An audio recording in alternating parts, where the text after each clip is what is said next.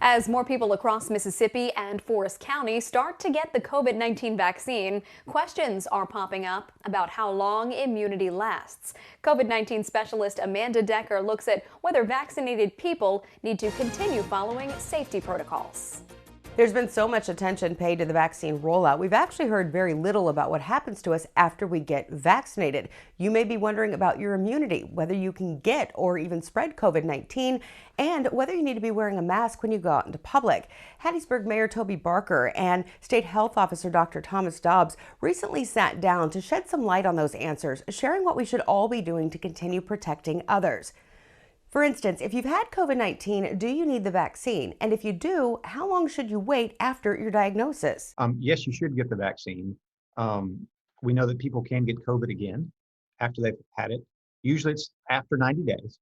So if it's been 90 days since you've had COVID, we definitely recommend you getting it when it's your turn. Dr. Dobbs also says if you've had COVID, wait until you do feel better before getting the shot, because these vaccines do cause side effects, including nausea, exhaustion, fever, and body aches.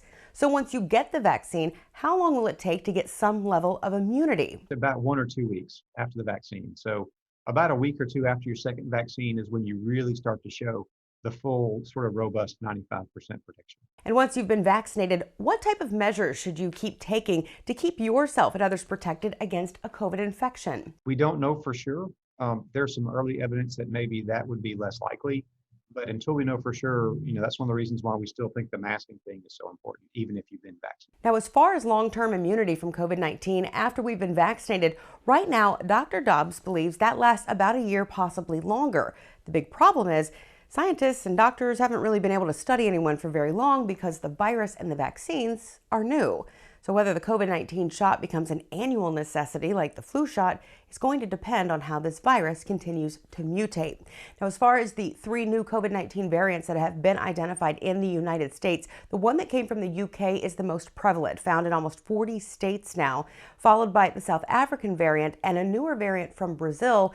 That Brazilian variant has now been identified in a couple West Coast states. Dr. Thomas Dobbs says none of these variants have yet been confirmed in the state of Mississippi, but due to the widespread nature of that UK variant, it's very likely it is here and will start spreading soon. Reporting for Fox 23 News at 9, I'm COVID-19 specialist Amanda Decker.